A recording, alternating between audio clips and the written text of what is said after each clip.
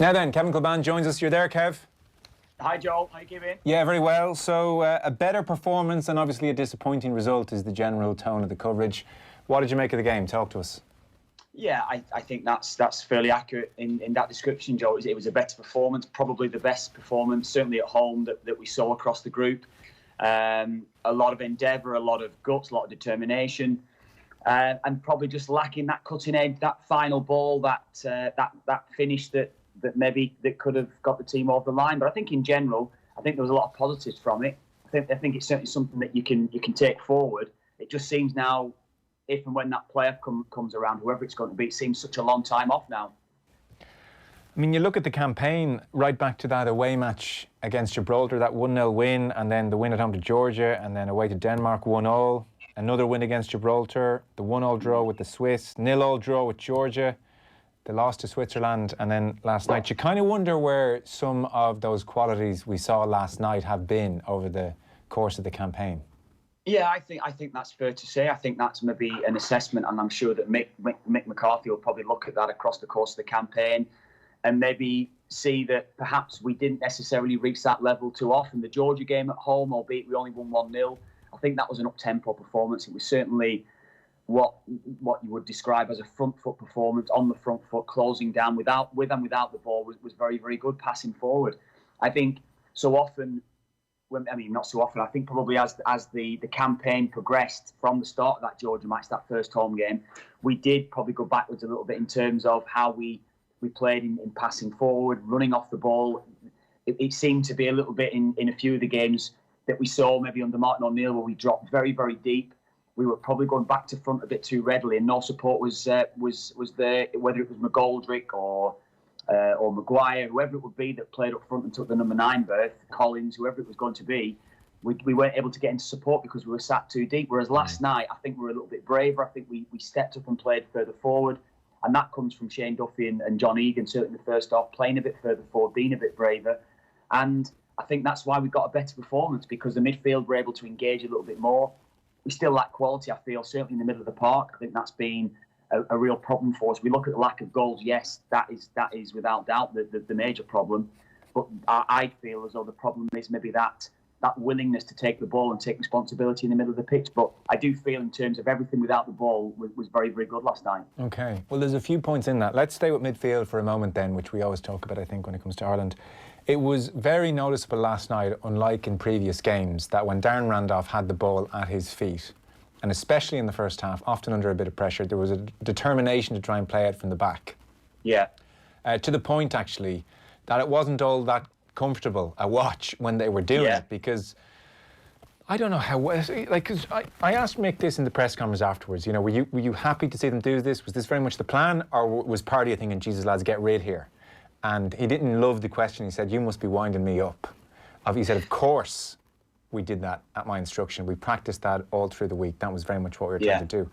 So it was very interesting to be in the stadium, and you can explain this to me, right? Because I genuinely want to put this question to you. Often when you're trying to compare Ireland to opposition, we don't try and play out from the back, and they do. But last night was interesting in that we did try and play from the back, and also the Danes did.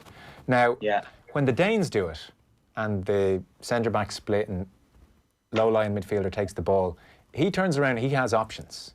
He has 2 or 3 passes, and you think, well, I wouldn't mind being that guy, that looks okay. They are in control of the situation. When we did it, and this is the question, it was the 2 centre-halves and Whelan. And then you honestly had Harahan in some kind of weird inside left position 20 yards away from Whelan. And you had Jeff Hendrick practically playing as a second striker at times. And Whelan and the 2 centre-backs would almost play themselves back closer and closer to Randolph, and then they have to boot the ball away. We just didn't look comfortable doing that for a team which, according to McCarthy, had practiced this. Can you talk to us about what's going on there?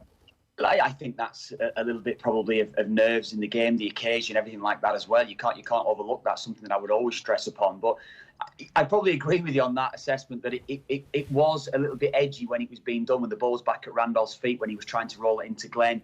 Glenn wasn't necessarily taking it on the back foot, where we were actually turning out. And it's a huge thing that I do think that it can be done if players watch the videos back from games. And the big thing, Joe, lads not taking the ball on the back foot, it's a continuation of always back to where if you take the ball in the middle of the park, it's always back to where it came from, condensing play.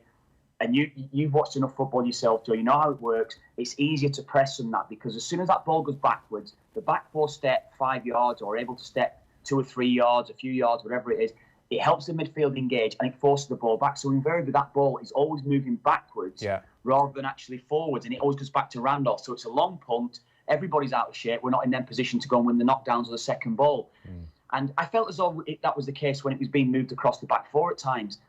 Whether it was in the first half, whether it was Egan and Duffy. Duffy actually did all right. I feel as though his quality is really improving on the ball. Yeah. But too often, I think, when the ball was being shifted across the back four, it was always behind the player. So say it was Egan to Shane Duffy, for instance, it was behind him. So he was having to adjust 2 or 3 yards backwards. So his first touch then is having to go backward. Then it goes back to Randolph. Rather than played in front of him so he can step into the play, and then we're obviously on the front foot and we're going forward. I just think that it was just a little. I mean, again, you're probably being overcritical on it. I'd probably be overcritical on it, but it is finer detail. So it's the finer detail that probably makes performances and helps teams get further forward. But we were just a little bit negative in that, I felt, Joe. Yeah. Yeah. Well, it's the difference between Denmark being able to play through the thirds and us ending up with Egan and Duffy practically on the Irish end line and Randolph having to beat the ball away. So why is Harahan 25 yards away from Whelan and why is Hendrick halfway up the pitch? Because surely we want some kind of connection there between those three so that Whelan can get turned and have options. Like for a team that had it drilled, I just didn't understand what was going on. Well,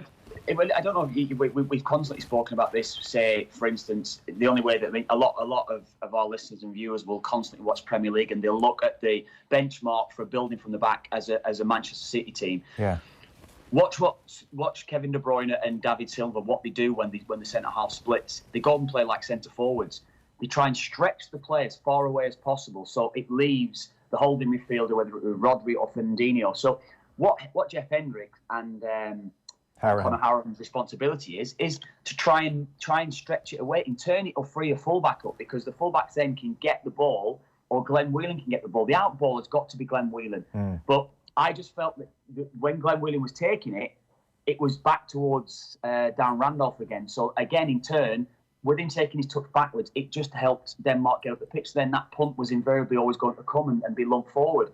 It wasn't necessarily, as you would maybe say, and I'd agree with it, it wasn't necessarily comfortable. And it kind of felt, I mean, you were at the stadium, I wasn't in the stadium, but it felt edgy watching it. Yes. It was like, oh, it did. That's the way it felt. But I think the crowd maybe drawn that a little bit when they don't necessarily see us playing that way regular enough, or it hasn't been regular enough doing that way, that edge is coming, just get it forward, lump it out. When there has to be that responsibility, I feel, and I don't think it was there last night, the responsibility, apart from Glenn Whelan, who I felt has taken a lot of responsibility through this campaign. I think he's been our best midfielder by a long way. Yeah. And I felt whoever's played alongside him, whether it's been in the three, like a holding midfielder alongside him and a number 10 ahead of him, or as a three with two more advanced midfielders, I felt that the combination ahead of Glenn Whelan has been pretty poor. And again, I saw it last night. I think that both Conor Harahan and Jeff Hendrick on the ball didn't play to the potential, didn't play anywhere near the can play. The Hendrick thing now is a real problem. They're going to have to look at that, because I know Damien Delaney thought something similar at certain points, where how much did Hendrick want the ball? There were just too many moments where if he really wanted the ball, it was his, and I'm not sure he did. And he got a couple of early touches which didn't go well. I don't know, is his confidence shot or where is he? But that's now a big question mark. I think Hendrick really has to be looked at. And if you've got someone like McGoldrick, and we're really going to try and play football, so the way McCarthy, you would think last night, told them to play, if we're going to have McGoldrick up there and we know he can hold the ball up, you need someone who can play around him. And look, in my dream world, it's Jack Byrne. Maybe it's Brown through the middle and Callum Robinson on the right. But I don't think Alan Brown's that type of player, Joe. I don't think Alan Brown's that type of player. Okay. I've seen a lot of Alan Brown. Alan Brown is a player that likes to play off the shoulder of maybe a holding midfielder and get himself in advanced positions. He's not a playmaker. He's not someone that's going to take the ball with his back to goal and create. No, he's not. Well, who then? Look, I'd want Jack Byrne, but we need someone in there who can at least play with McGoldrick. Yeah, well, I think he's still unproven at that level, isn't he, Jack Byrne? Yeah. So that's the thing that we probably need to get some more game time into him, and hopefully that could be the case further down the line. He certainly, the one thing that has been notable about Jack Byrne and his two caps has been how demanding he is of others. I don't see that from our midfielders. I don't see anyone demanding the ball from fullbacks, from each other in midfield. in fairness to Glenn Whelan last night, there was a couple of occasions where, and I don't think we've done it anywhere near good enough. When when the ball was played into him from a fullback and he immediately turns a defence, it's a great ball to have that, and I don't think we do that well enough, because I think it's always that back to a fullback, or if it came in from a left or a right back into him again, then the ball goes forward. The defenders are back in shape. Glenn Whelan took responsibility a couple of times last night and recognised that first time turn ball was on. So in answer to your question, who would you have in that position? I think there are players that can do it, but if we're going to go with a sitter and to advance in a 4-3-3 way, then that type of player might not necessarily be fitting into that system. It might be you're going to have to have runners that play ahead of Glenn, but there has to be a responsibility to take the ball, and it certainly hasn't been there from anyone that's played in advance of Glenn Whelan, whichever system's been played. What's the Doherty-Coleman dynamic now? He was excellent, wasn't he, Matt Doherty? He took the goal side and he held his hands up. Niall was actually quite critical on Dan Randolph on the goal, and if you look at his starting position, I'd say probably fair enough. He was on the 6-yard box or just outside the 6-yard box Braithwaite when he scored his goal. But I think the responsibility would probably be with Matt Doherty, that he should have at least blocked him, tracked the run, whatever he should have done. But I think you can make a strong case for Doherty. The way he played last night, how comfortable he was on the ball, getting attacks forward. Certainly in the second half, if the second half progressed, he was superb. And he deserved his goal probably because his performance. And you just felt for him that the goal was probably his fault, and he did take responsibility for it because his overall performance was tremendous. How much of the good parts of the Irish performance were down to a Denmark team who had 2 important players injured early on as well, but a Denmark team who arrived in Dublin knowing a draw was just fine, they didn't have to win the game, they were comfortable? To what extent did they just let us have it in front of them? How much do you think the good parts of the Irish performance were down to a Denmark team who didn't need to win?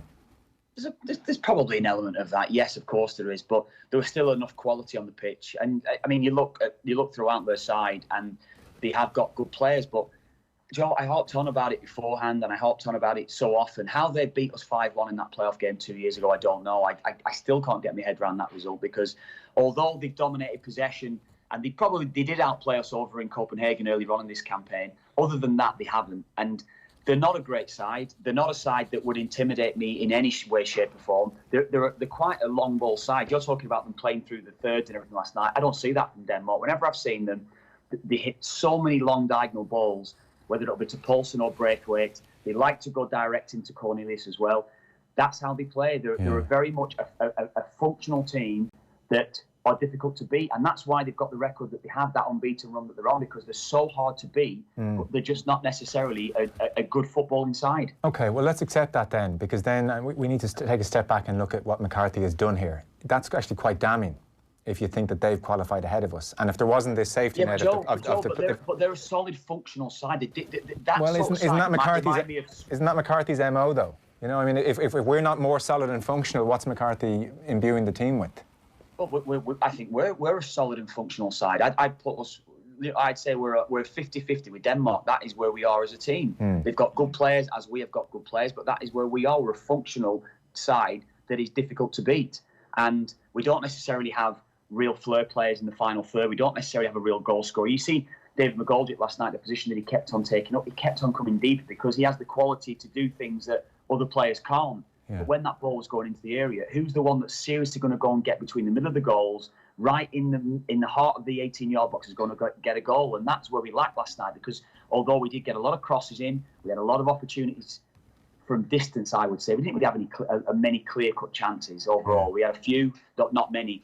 And that's largely because of we have players like McGoldrick who wants to drop deep because he wants to make things happen, and he has the ability to do that. We need somebody else that's going to take responsibility to get a goal for us. Yeah.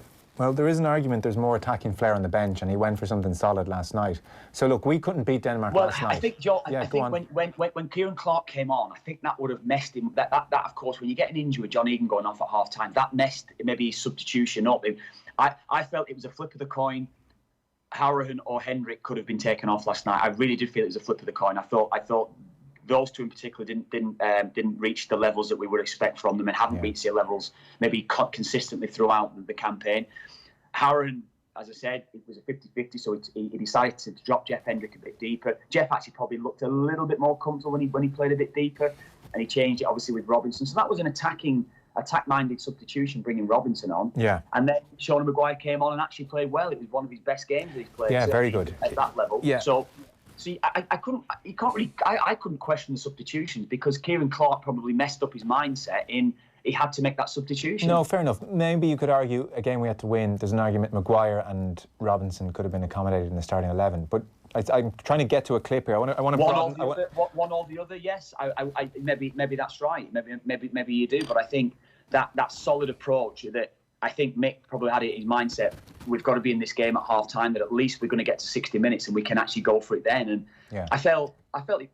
Honestly, I'm not just saying. I mean, everyone always says to me, "Look, I'm a big advocate of Mick and Mick's friend and all this rubbish that people would throw at me." But I felt as though there wasn't too much more that the team could have done last night. I think if that substitution, that forced substitution of Kieran Clark hadn't been made, I think we would have seen a Jack Byrne or that type of player come into the game that would have made a difference. Okay, well, let's broaden this out then for a second, because I'm kind of trying to do that the last couple of minutes. So you look at that campaign, as I was saying, Denmark, okay, not a great side, but they've pipped us to the post, and the Swiss were probably always going to get through here. But ultimately, if there wasn't the safety net of the playoffs, we'd be looking at this group and feeling pretty miserable about things.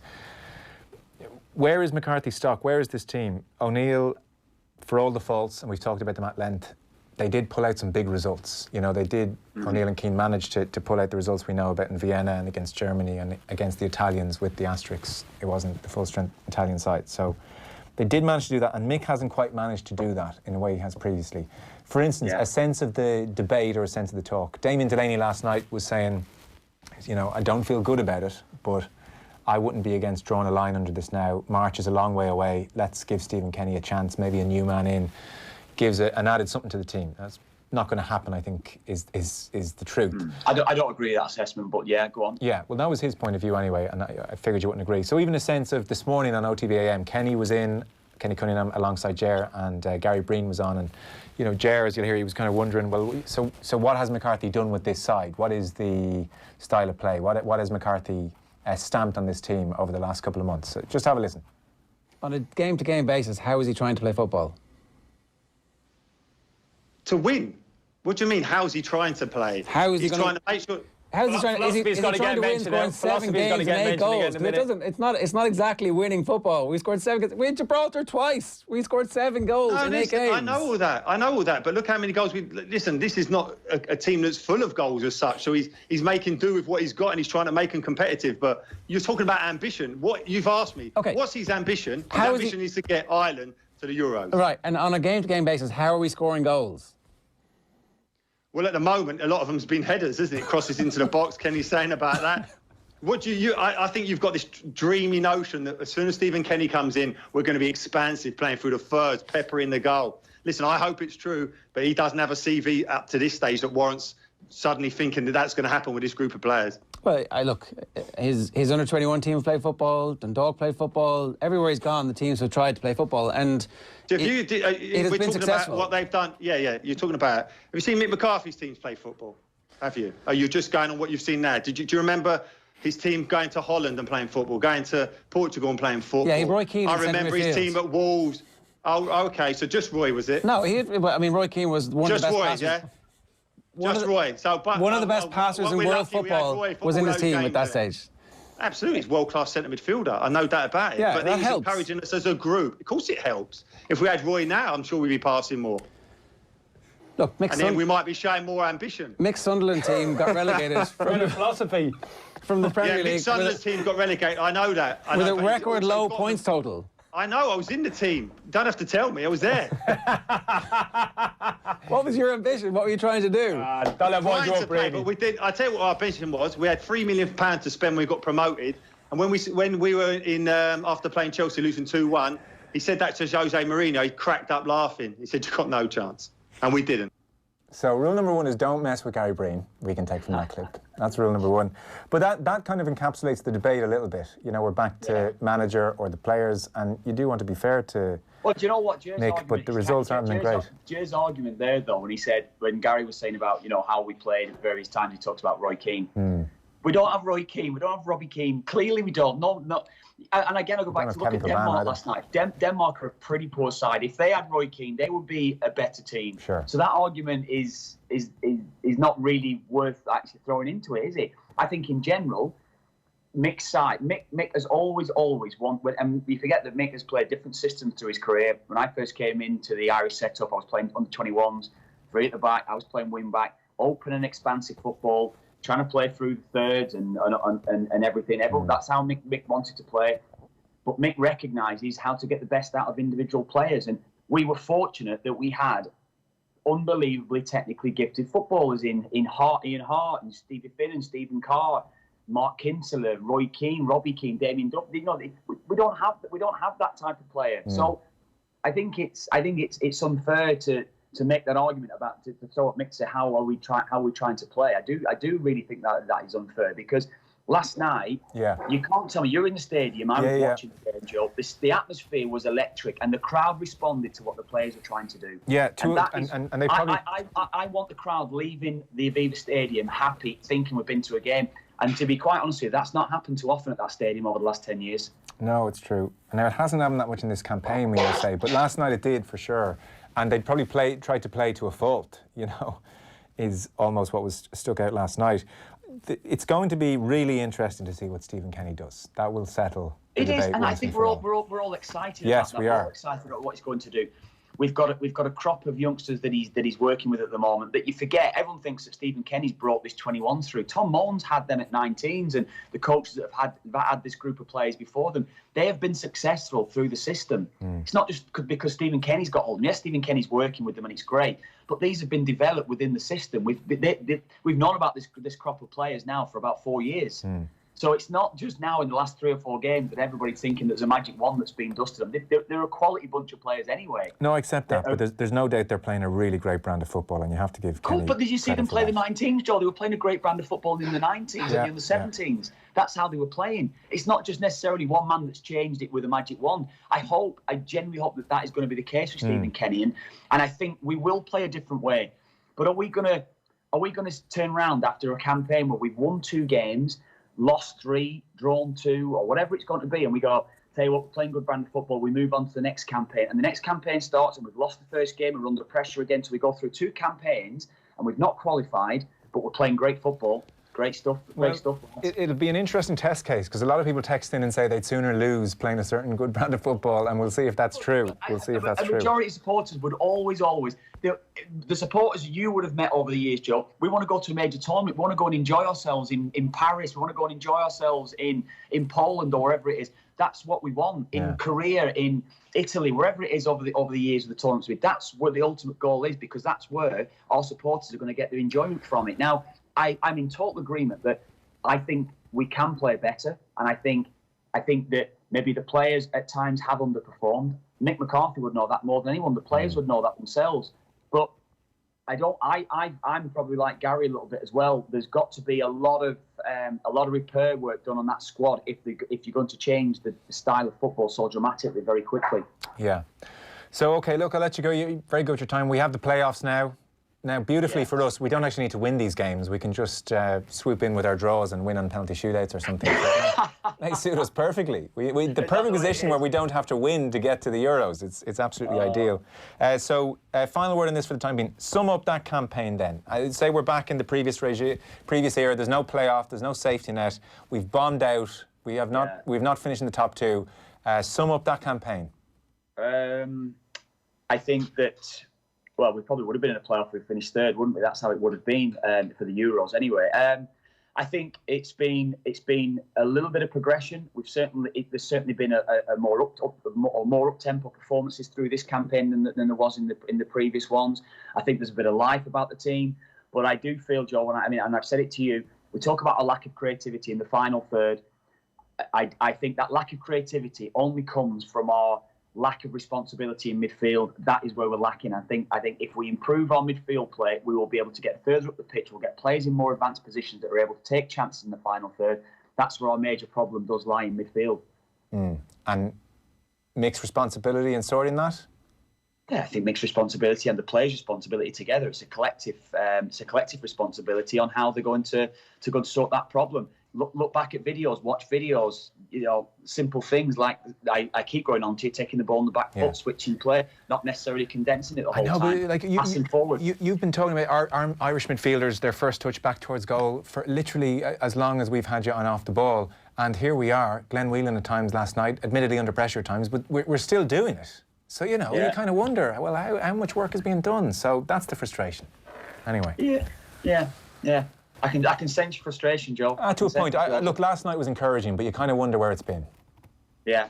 No, I know. And I think certainly with that type of performance, with a little bit of added quality in there, I think we will be okay. And I do think we've maybe been, the players have been sold short a little bit with what's been said about them. We don't have this, we don't have a player. I think we've got players who have been underperforming. I do think that players that haven't necessarily been able to take responsibility. So I would be hopeful that, look, what's Mick had now? 8 games? Is it 8 games that we had in this group, was it? Yeah. Wasn't it? Yeah. So we've had, however many games we've had through the group.